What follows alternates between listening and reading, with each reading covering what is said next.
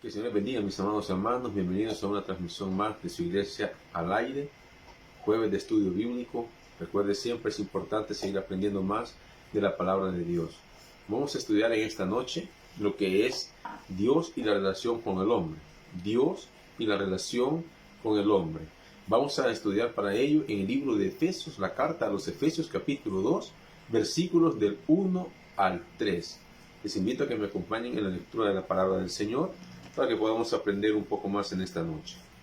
Dice la palabra del Señor: y Él os dio vida a vosotros cuando estabais muertos en vuestros delitos y pecados, en los cuales anduvisteis en otro tiempo, siguiendo la corriente de este mundo, conforme al príncipe de la potestad del aire, el espíritu que ahora opera en los hijos de desobediencia, entre los cuales también todos nosotros vivimos en otro tiempo, en los deseos de nuestra carne, haciendo la voluntad de la carne y de los pensamientos, y éramos por naturaleza hijos de ira, lo mismo que los demás. Vamos a orar. Señor, te agradecemos en esta noche por tu bendita palabra. Te damos gracias, Padre, que nos das el privilegio de poder compartirla. Te pido, Señor, que seas tú llevando un mensaje, Señor, a cada corazón que en esta noche va a escuchar. Te pido, Señor, que seas tú llevando, Señor, un mensaje, Señor, un llamado, Señor, de atención a cada uno de las personas, Señor, que no quieren nada contigo, Padre, y a aquellos, Señor, que están jugando a ser cristianos en estos tiempos, Señor. Te pido, Señor, que llames ese llamado, que hagas ese llamado, Señor, al corazón, para que podamos reflexionar a tiempo, Señor, porque aún estamos a tiempo. Y sabemos, Señor, que tu palabra se cumple al pie de la letra. Te agradecemos, Señor, por el privilegio grande que nos das, Señor, de poder escuchar tu palabra, de poder compartir tu palabra. Porque a pesar, Señor, de cualquier adversidad, grande eres y poderoso eres, Señor. Y gracias te damos en el nombre del Padre, del Hijo y del Espíritu Santo. Te pido, Padre, que seas tú llevando el mensaje en esta hora. Que yo, Señor, sea un instrumento de tu amor para las demás personas, sabiendo, Señor, que tú eres el único digno de toda alabanza. Y me despojo, Señor, de cualquier grandeza, porque tú eres el único, Señor, que debe ser exaltado, Señor, en esta hora. En el nombre de Jesús. Amén. Muy bien. La relación de Dios y el hombre en la actualidad. ¿Cómo estamos actualmente? El mundo está en una grave crisis en este tiempo. Crisis económica, una crisis moral, una crisis política, una crisis social. Cuando hablamos del económico, estamos hablando de países que a causa de la situación que estamos viviendo, que por cierto ya en este mes y cumplimos un año aproximadamente, bueno, un año cumplimos prácticamente, desde que inició los primeros casos de este virus que ahorita a nivel mundial sigue todavía infectando más personas, ¿verdad? Países que iban saliendo, pero están regresando otra vez a tomar medidas de prevención drásticas, cerrando nuevamente, poniendo estados de cuarentena, debido a que nuevamente salen muchas miles de personas infectadas. De eso estamos hablando, de que debido a esta situación, hace un año aproximadamente, digo un año porque el caso se empezó a dar hasta diciembre, enero más o menos, pero según investigaciones que han hecho, en noviembre comenzaron los primeros casos de infección de este virus que anda ahorita infectando a nivel de pandemias en todo el mundo. Estamos hablando entonces que en China, aproximadamente un año, en que comenzaron a generarse estas infecciones en diciembre, comenzaron ya a establecerse estados de cuarentena en algunos lugares, y en enero ya no se diga, ya comenzó a expandirse a nivel mundial. ¿Eso qué generó? Generó que ya las economías del mundo comenzaran a caer. ¿Por qué? Porque la gente ya no podía comprar, la producción se vino abajo, y entonces el ciclo de economía ya no se podía cumplir.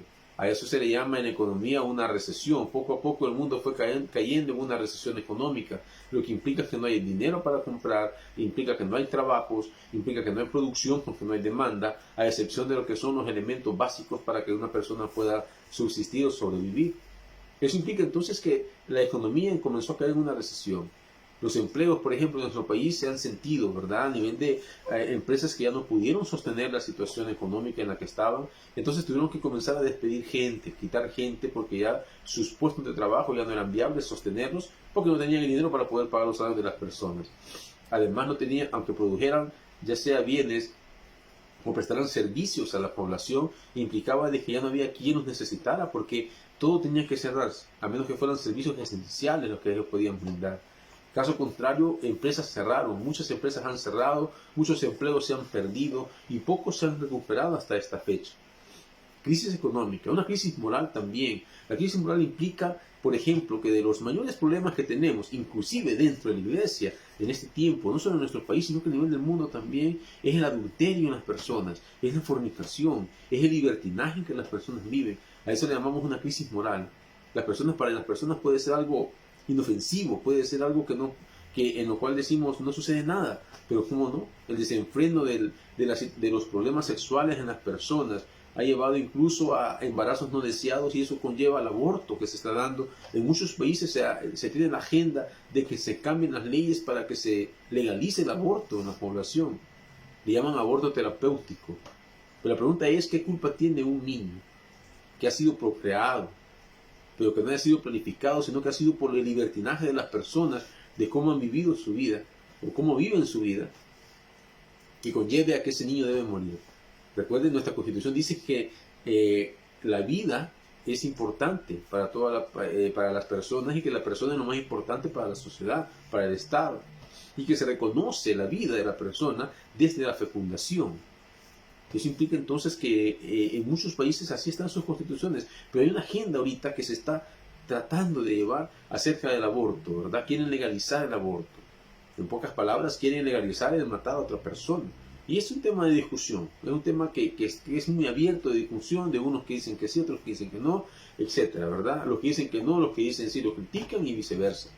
Es una crisis moral en la que estamos ahorita. Luego tenemos una crisis política. Vemos gobernantes que toda su vida, pongamos nuestro país de ejemplo, que han estado toda su vida dependiendo de las finanzas del Estado, dependiendo de la población, personas que no les importa la población. Cuando llega alguien que sí le importa a la población, lo ve como enemigo. Esa es la situación, una situación difícil a nivel política.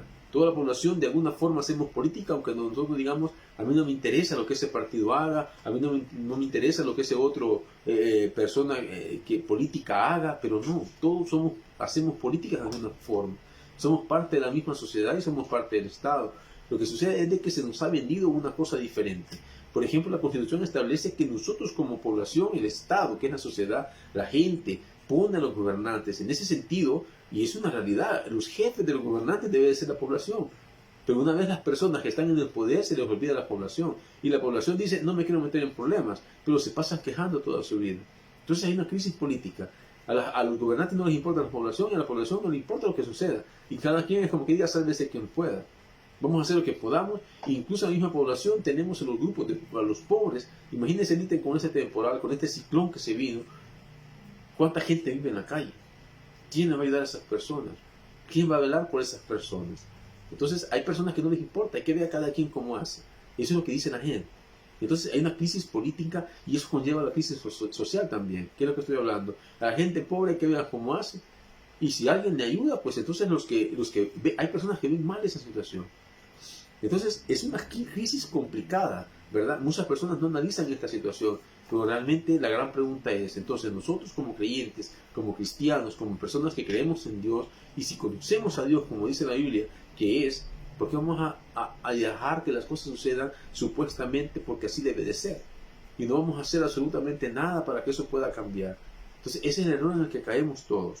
Luego, el factor común que tenemos en todas esas cuatro crisis que les acabo de mencionar, la económica, la moral, la política, la social, el factor común que tenemos en esas cuatro crisis es el hombre, es el ser humano. Es lo extraño que uno puede decir. Es el ser más inteligente que existe en el planeta, hablando del planeta vivo, ¿verdad? Es el ser más inteligente, pero incapaz de vivir en armonía, incapaz de vivir ordenadamente, incapaz de generar empatía para con todo lo que sucede, incapaz de generar un estado, una sociedad en que viva bajo reglas y normas, y que se vele por esas reglas y normas. ¿Cómo podemos explicar eso? Bueno, lo que sucede es que a muchos no nos gusta ver esa realidad, pero es algo cierto. Y la Biblia nos lo expresa de una manera cruda, que es lo que vamos a ver ahora, de una manera real, que muchos lo que hacen es pasar y tratar de motivar a las personas, pero créanme, este tipo de mensaje incluso, o este mensaje que vamos a ver, que es la primera parte, es el hombre natural, el inconverso, aquella persona que no conoce de Dios. Pero yo le voy a decir una cosa, hoy en día la iglesia cristiana evangélica no se diferencia mucho del inconverso. Hay inconversos que viven mejor quizás que nosotros. Hay muchos inconversos que vivimos de nosotros, pero en este sentido. Y no estoy diciendo por eso que nosotros debemos desear vivir como ellos. No estoy diciendo eso. Muchas veces quizás ellos aprovechan más el tiempo que nosotros. Muchas veces quizás ellos tratan la manera de vivir a su manera como una persona buena. Más que nosotros, que deberíamos de ser personas de cambio para la demás gente. Pero nosotros actuamos de una manera grotesca, actuamos de una manera antimoral, antinatural muchas veces. No somos empáticos como cristianos. Y vamos a comenzar este mensaje incluso desde los pastores hacia abajo. Porque tenemos que ser el ejemplo. Siempre la Biblia se nos ha enseñado, siempre nuestra formación se nos enseñó. Como pastores estamos en vitrina. Como pastores debemos ser ejemplo para las demás personas. Pero si como pastores estamos mal, tenemos que analizar qué es lo que está sucediendo. Tenemos que ser agentes de cambio para las demás personas. Debemos multiplicarnos a las demás personas, pero multiplicarnos para bien, no para mal.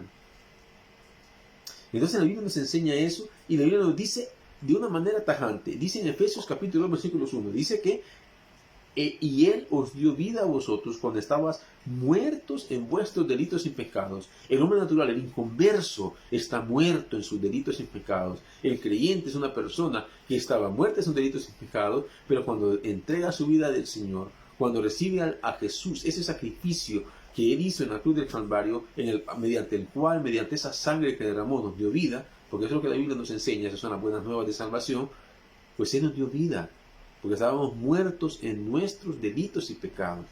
El inconverso así está hoy en día. Y debido a eso hay una relación con Dios que no coincide. Nosotros debemos recordar qué fue lo que sucedió con el primer hombre que Dios creó en el Edén, Adán. ¿Qué sucedió con Adán? Cuando Adán comió, desobedeció, y la desobediencia fue la falta que él cometió para con Dios. ¿Qué sucedió cuando comió entonces? Él pensó que quizás iba a morir inmediatamente, o eso debe haber pensado, porque Dios no dice con exactitud qué pudo haber pensado Adán. Lo cierto es que él murió espiritualmente, y poco a poco iba a morir físicamente. ¿Qué significa la muerte espiritual? La muerte espiritual significa, o se establece, de que a través de ella la relación con Dios se quebrantó.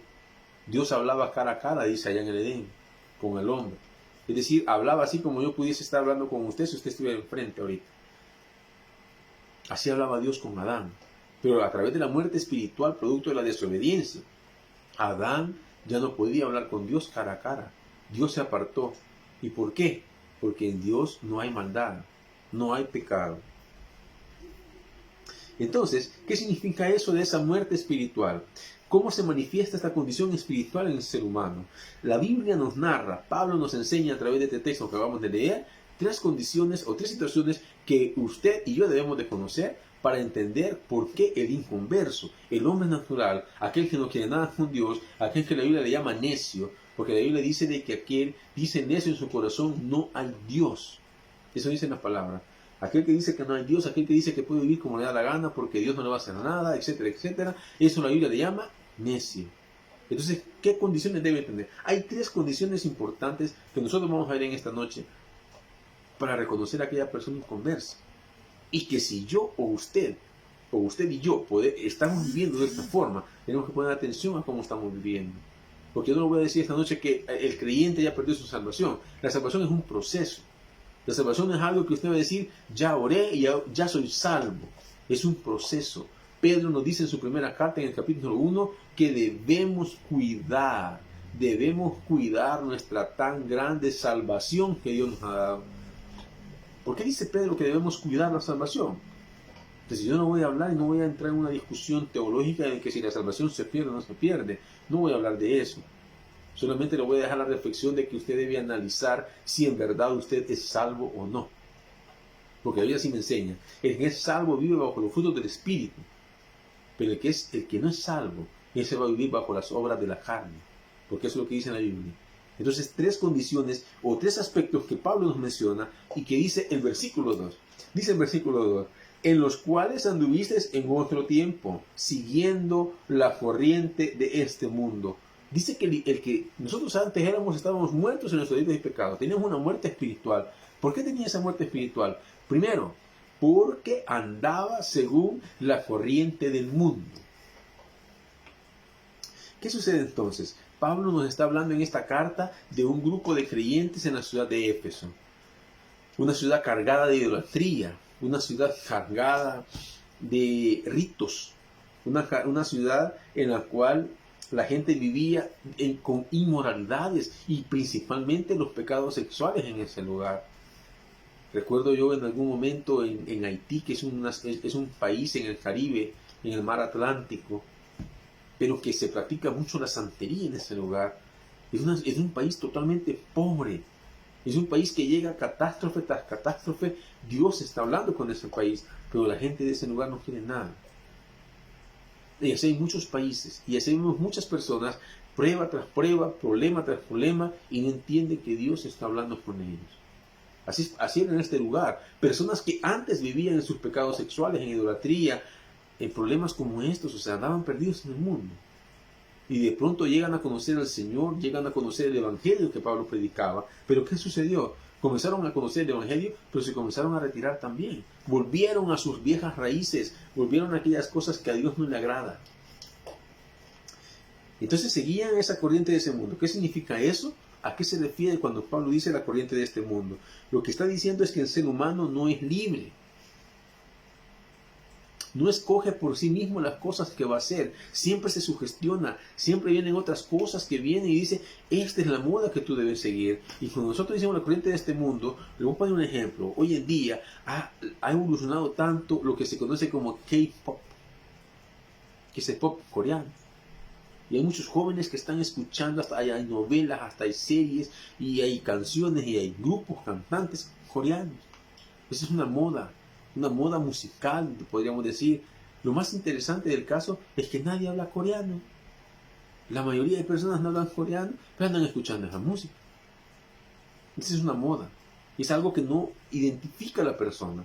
La iglesia como tal debe tener identidad.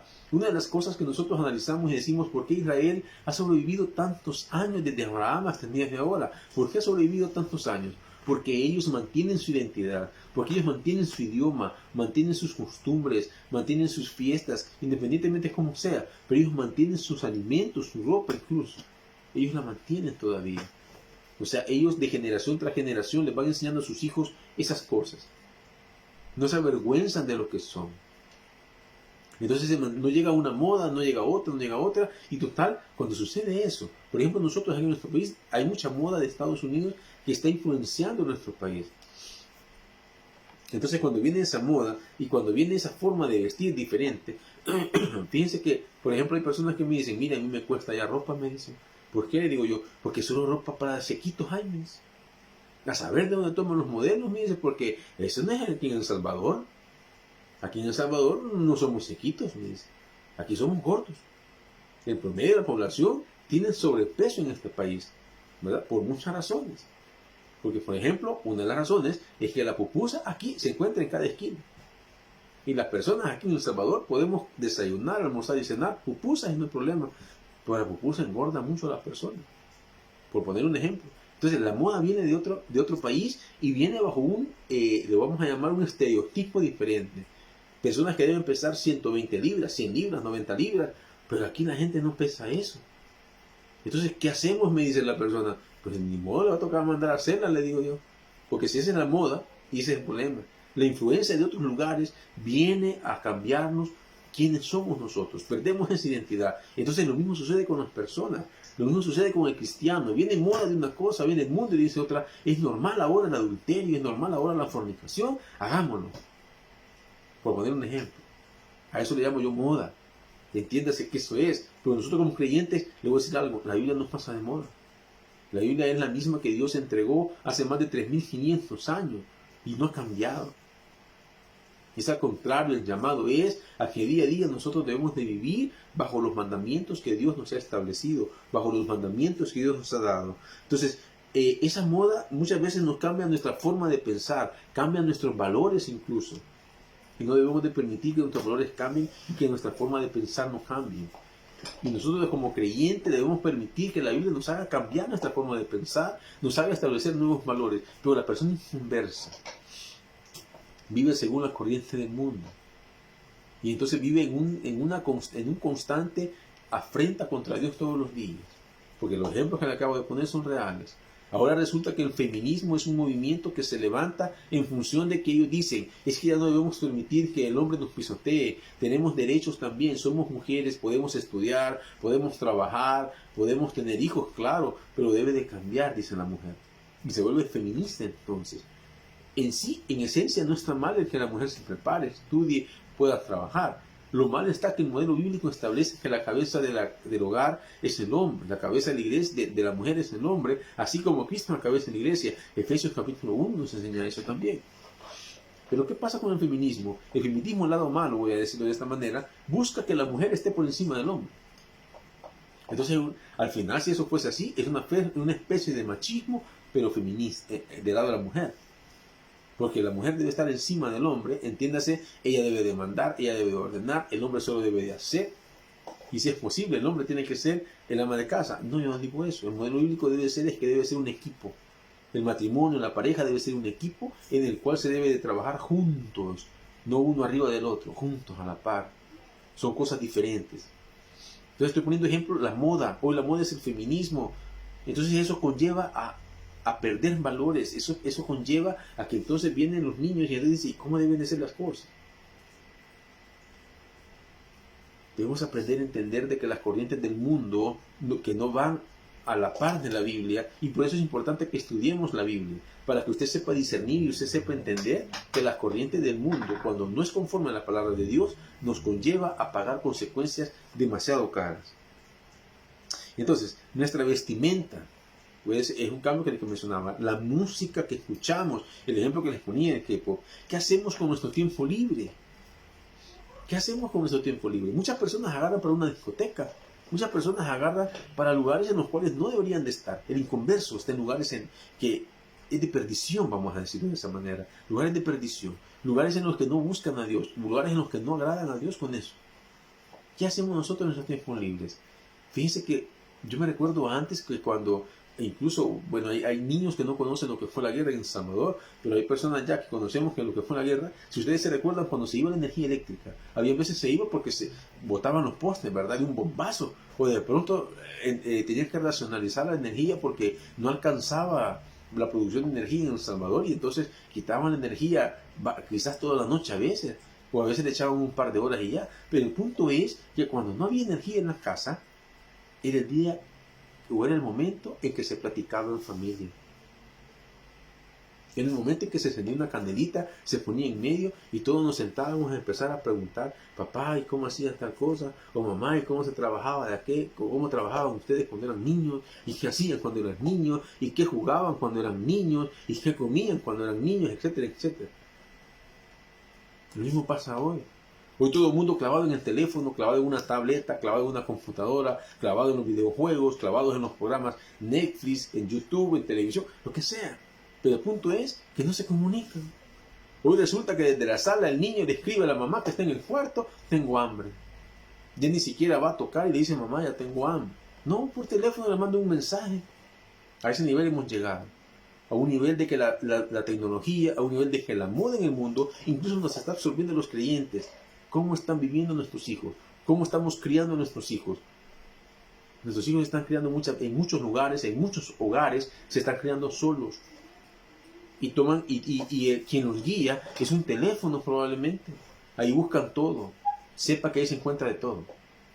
Nuestros hijos están expuestos a todo. Y si nosotros no estamos pendientes de eso, vamos a generar después personas alejadas más de Dios que de otra cosa. La moda, el tiempo libre, por eso le pongo el tiempo libre. ¿Qué hacemos en el tiempo libre entonces? Llevamos a nuestros hijos, paseamos con ellos, hablamos con ellos, les explicamos cómo es el mundo, cómo es la vida. Alguien decía, por ejemplo, en una charla, decía, hoy en este tiempo la virginidad ya no es una moda. Lo toman como una moda ahora la virginidad. La gran pregunta es, ¿le va a importar a su novio, a su futuro esposo, de saber que usted anduvo con uno y con otro en el caso de la mujer, igual en el caso del hombre, porque no es el caso solo de la mujer? Pero le va a parecer a usted que cuando ya se case le va a decir, yo tuve 20 mujeres. Y si es mujer, le voy a decir, yo tuve 20 hombres, no te interesa, no te importa que yo viva así, o que nos podamos pasar así. Ese es el punto. Ahora las parejas van a una discoteca, estoy hablando no cristianos, ¿verdad? Pero ahora encontramos hasta cristianos en esos lugares, vemos cristianos que van a esos lugares.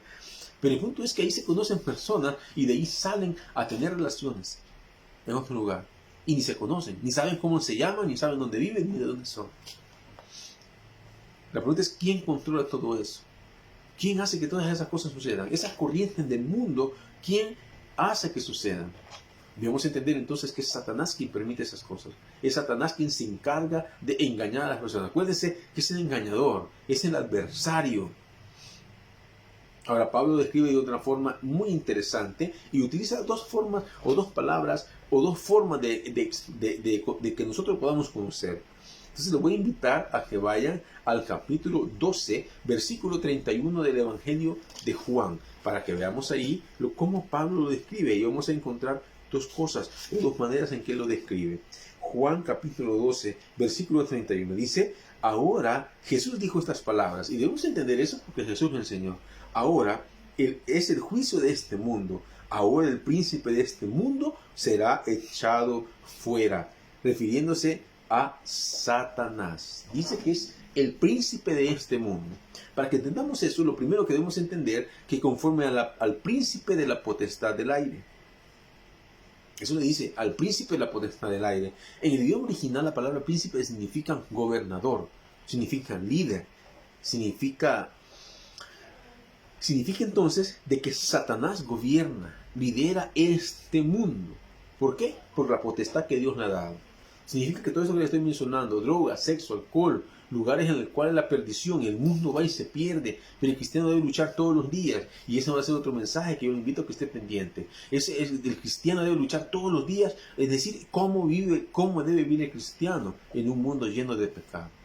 Ese es otro mensaje del cual debemos estar pendientes, cómo debe vivir el cristiano en un mundo lleno de pecado.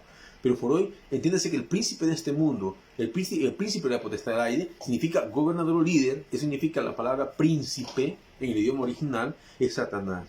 Y eso significa que él ejerce autoridad sobre todas estas cosas que le acabo de mencionar. Por lo tanto, eso no viene de Dios. Una persona dice, es que Dios me puso esta prueba, dice la persona. No, Dios no le ha puesto ninguna prueba. Dice la palabra que Dios no le va a poner cargas a usted que no pueda soportar. Si acaso llega ese tipo de prueba, como usted menciona, usted tiene todas las herramientas para poder luchar contra ello. Usted tiene todas las herramientas para poder decir no, porque esa es la mejor palabra que usted puede decir, no. Tiene las mejores herramientas.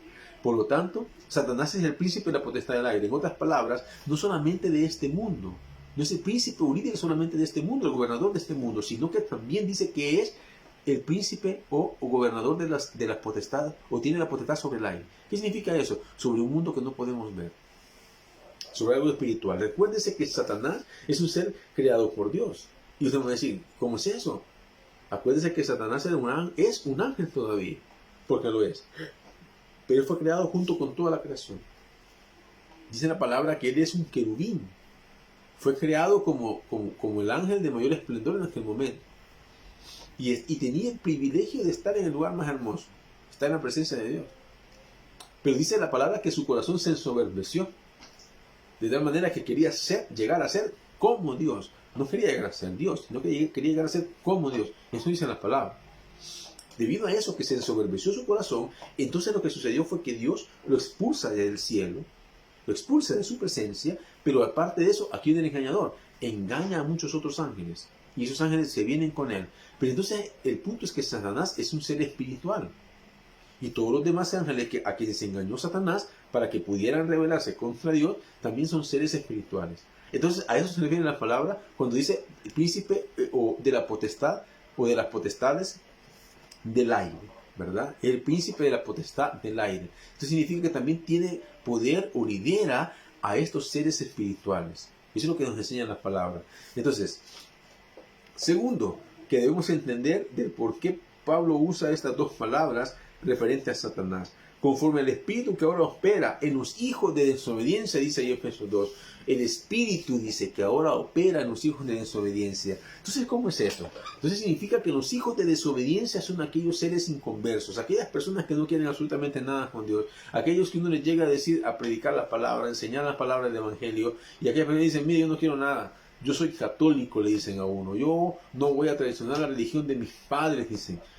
Yo me recuerdo que fuimos a un pueblo a evangelizar hace un tiempo, y me recuerdo que quizás faltaban unas 4 cuadras para llegar a la iglesia católica, y me encontré a una señora, como de unos 60 años aproximadamente, y me voy a la par de ella, hablándole del evangelio, explicándole la palabra, no mencionando nada en contra, porque no se trata de eso. Si usted va a luchar, a pelear contra un católico, mejor no llegue.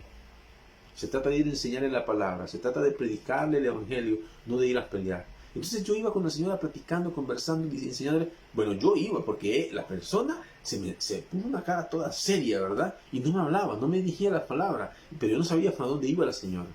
Yo la acompañé de esas 4 cuadras, hablándole las palabras, diciéndole, déme la oportunidad de explicársela. Y como no me daba oportunidad, pues yo le explicaba y le enseñaba, ¿verdad? De tal manera amó Dios al mundo que envió a su Hijo. Y ahí vamos esas 4 cuadras. Hasta que yo entendí, y cuando vi que iba para la iglesia católica, yo le seguí hablando. Pero yo la dejé en la puerta de la iglesia católica, la dejé. No me dirigió las palabras, no me preguntó nada. Son de las personas que dicen, yo no voy a traicionar la religión de mis padres. Yo aquí he estado en esta religión y esta es la verdadera. Ustedes andan perdidos, porque así nos dicen. Hermanos separados nos llaman. Nos llaman secta a nosotros. Cuando es otra cosa, ¿verdad? Usted debe entender que para conocer una secta hay 2 cosas fundamentales que usted debe entender. Primero, una secta sigue a una persona. Las personas que van a una secta siguen a una persona. La persona es el líder de esa secta. ¿Usted habla de Dios? No, es el líder de la secta. Y en segundo lugar, no tienen la Biblia como base de autoridad. Es decir, yo le digo a usted, la Biblia dice. Y si la Biblia dice, es porque así se va a cumplir. No le voy a decir, yo digo, yo pienso.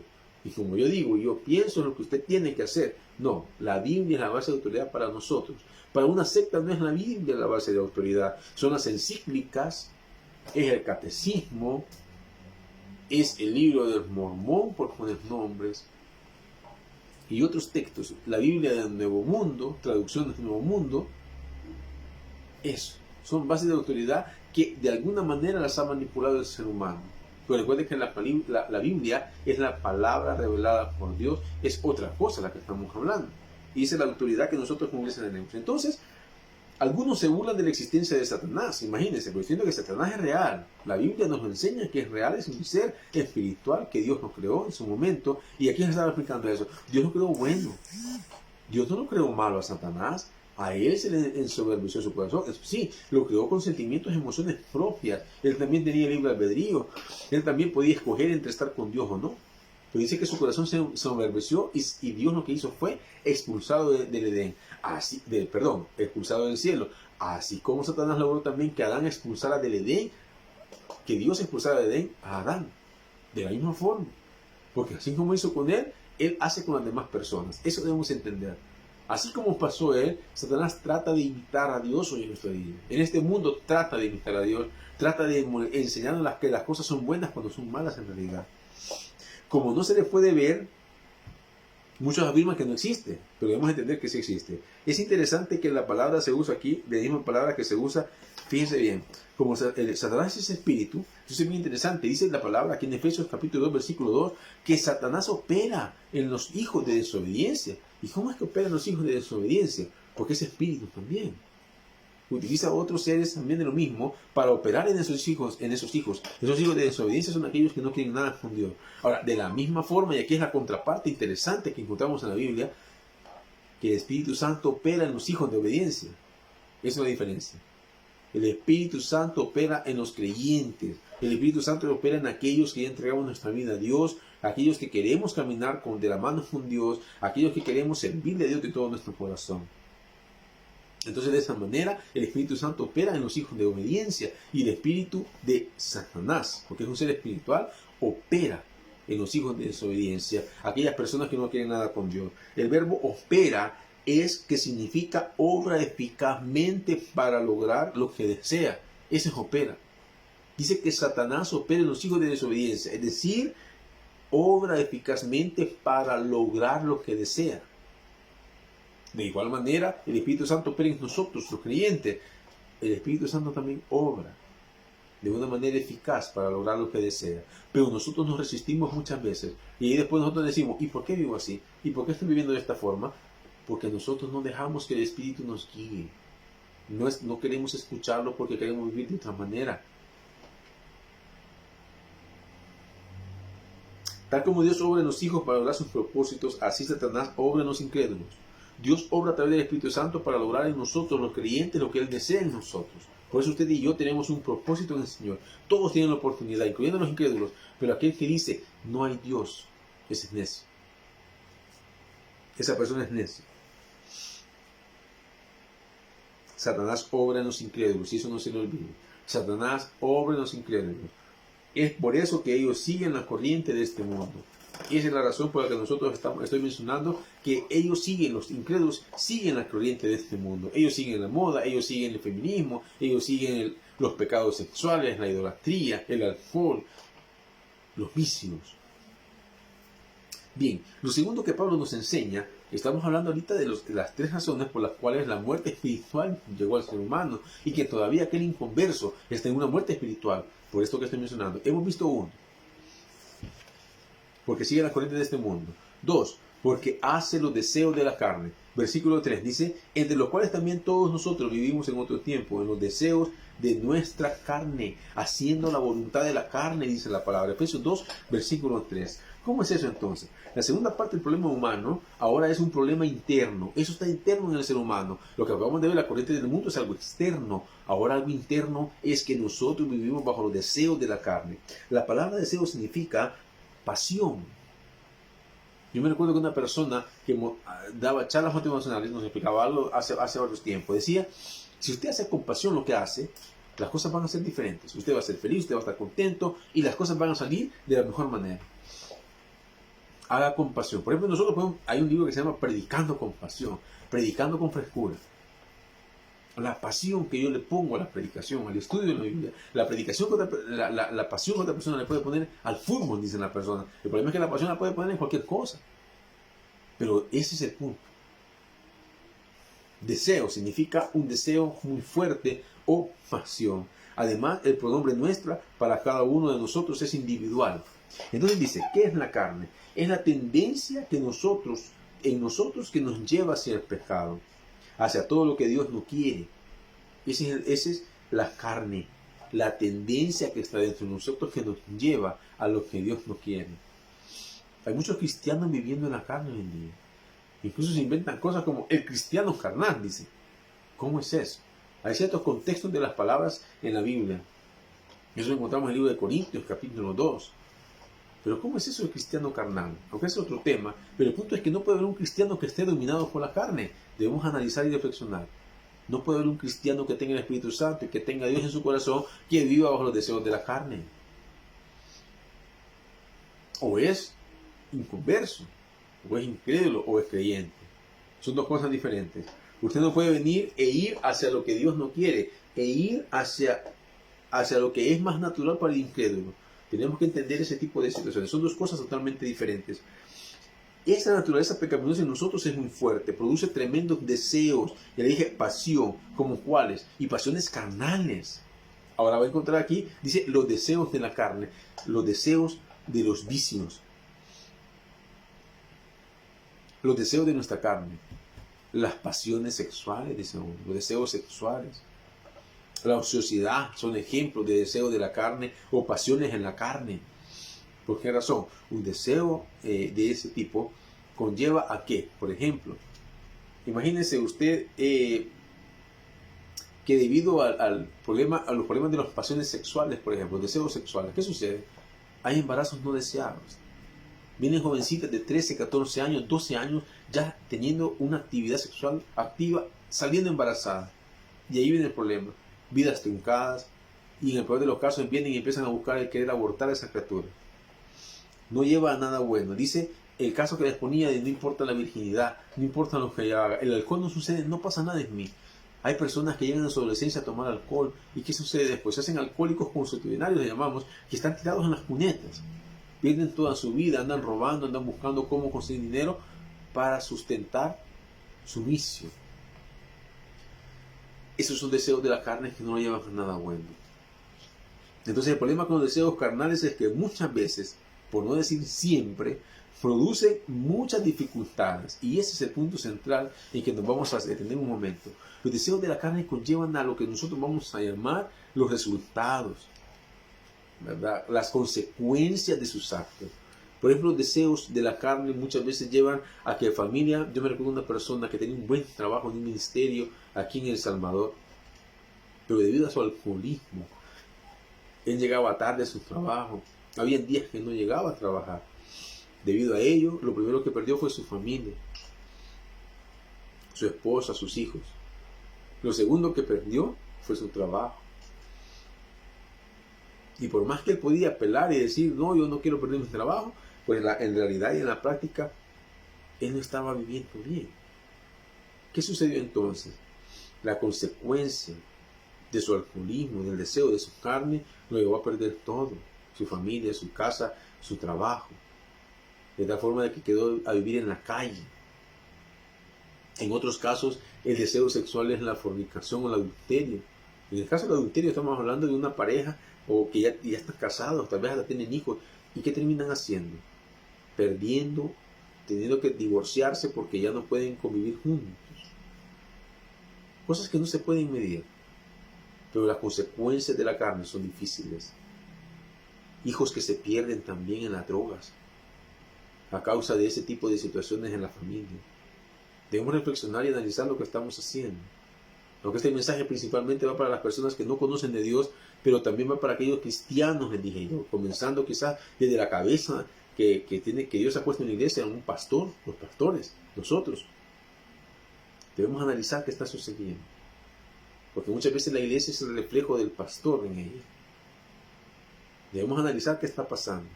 El creyente, este mensaje es importante que lo analice y piense cómo estamos viviendo.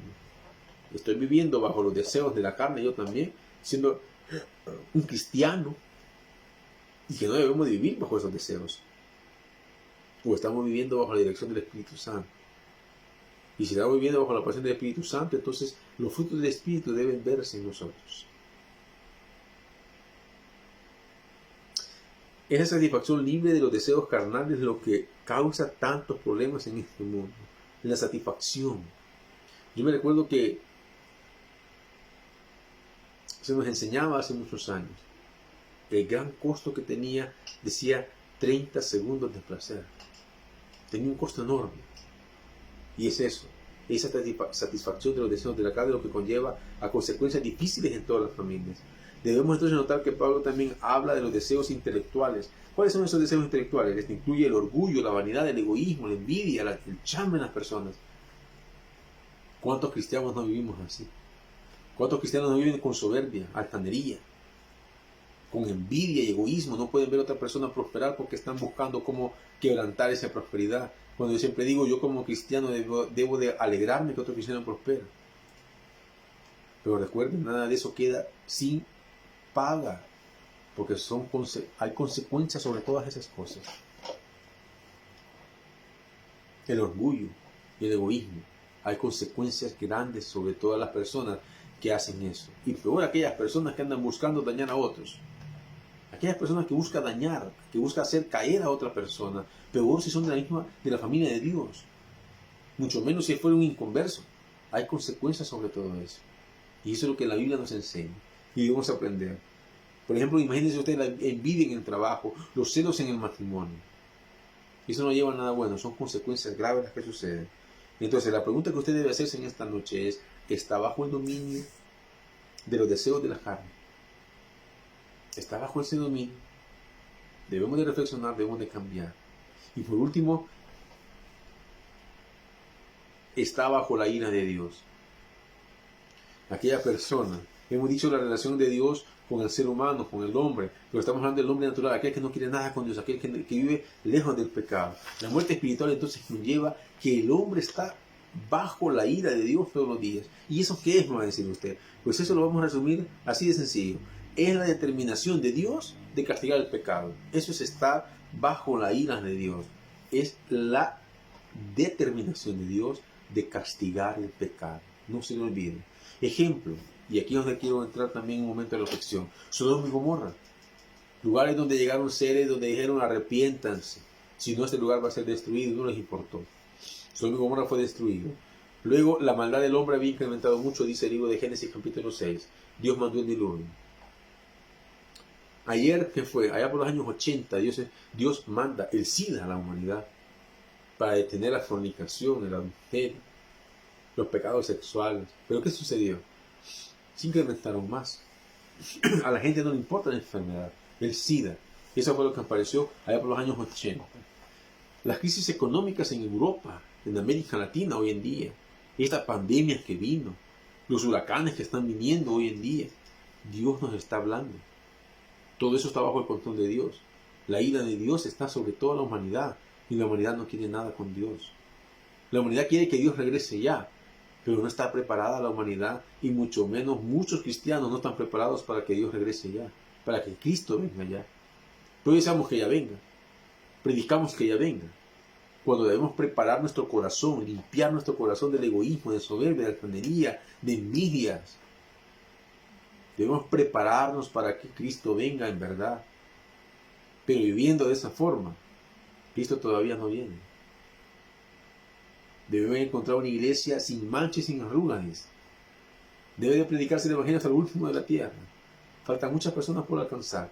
Y debemos prepararnos día a día. ¿Las condiciones se están preparando? Sí, claro que sí. Pero la gran pregunta esta noche es, ¿está preparado usted para recibir al Señor cuando Él venga? Probablemente no. Debe reflexionar si de verdad usted es un creyente y si no lo es, prepárese y reciba al Señor de todo su corazón y empiece a vivir por los frutos del Espíritu. Porque de lo contrario va a vivir las consecuencias de la ira de Dios. ¿Y por qué Dios es así? Y con eso terminamos. Dios es así porque Él es justo. Dios es así porque Él es santo, no hay pecado en Él. Y es el único que puede demandar justicia porque Él vive como Él quiere que nosotros vivamos. Santo, libre de pecado. Estamos bajo esta condición muchas personas, pero la ira de Dios está sobre la vida de cada uno. Es la condición de todo ser humano que no ha creído en Cristo, lo que hemos hablado. Pero si usted ha creído en Cristo y vive bajo esta condición, debe reflexionar si usted en verdad es salvo. No estoy hablando de perder la salvación. Debe reflexionar si de verdad ha entregado su vida al Señor, si de verdad usted es salvo. Estas tres cosas son las características que producen la condición de muerte espiritual. Puede usted estarse viviendo en una muerte espiritual hoy en día. Debe de buscar a Dios, al Señor, de todo su corazón y buscar cambiar eso. Porque de lo contrario, la ira de Dios estará sobre usted todos los días de su vida. Vamos a orar. Señor, te agradecemos en esta noche por tu bendita palabra.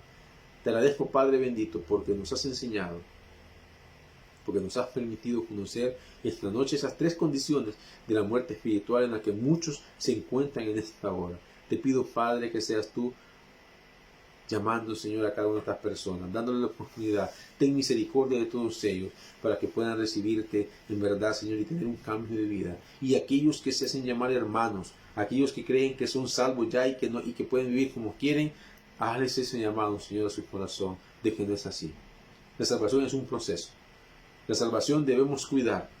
Debemos aprender a vivir por las obras, por los frutos del Espíritu y no por las obras de la carne. Debemos aprender a cuidar nuestra salvación, viviendo en envidia, en egoísmo, en soberbia, en altanería.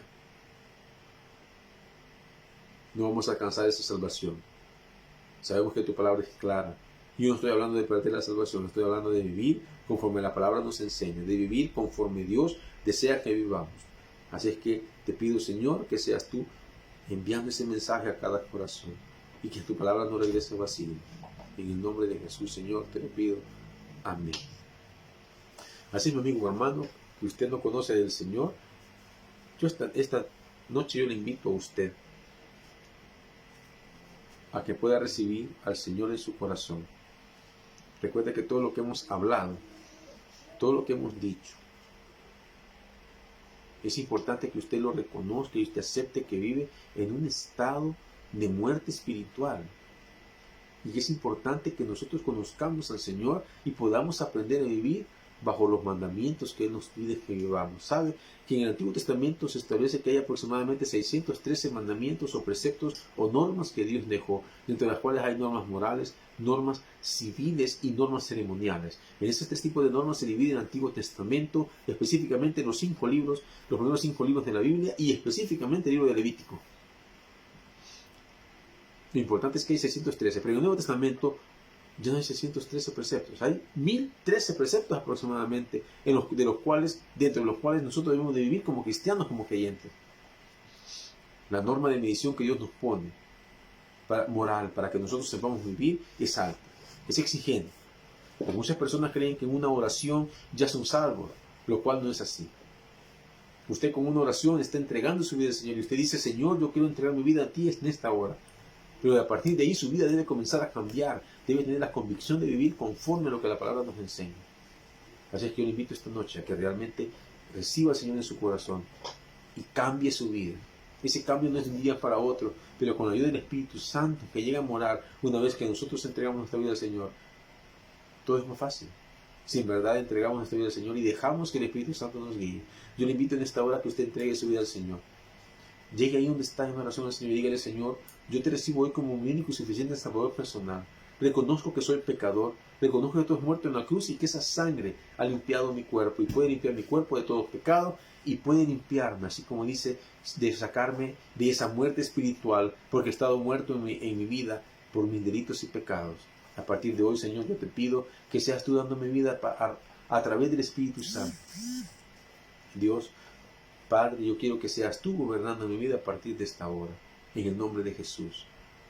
Yo le invito a que usted se congregue, escuche la sana doctrina, la sana palabra, aquella que está basada y fundamentada en la Biblia, para que usted pueda crecer espiritualmente y pueda llegar a ser una mejor persona, un verdadero creyente, que vive conforme a la palabra.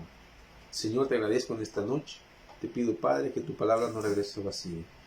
Te pido por cada predicador, Señor, que va a presentar su mensaje, Señor, a través de este medio, para que seas tú bendiciendo a muchas personas. Y te agradecemos, Señor, por el privilegio que nos da de poder compartir tu palabra. En el nombre de Jesús. Amén. Que el Señor les bendiga, mis hermanos, y los invitamos siempre a que sigan sintonizando y a que sigan escuchando los mensajes de su iglesia al aire. Dios les bendiga.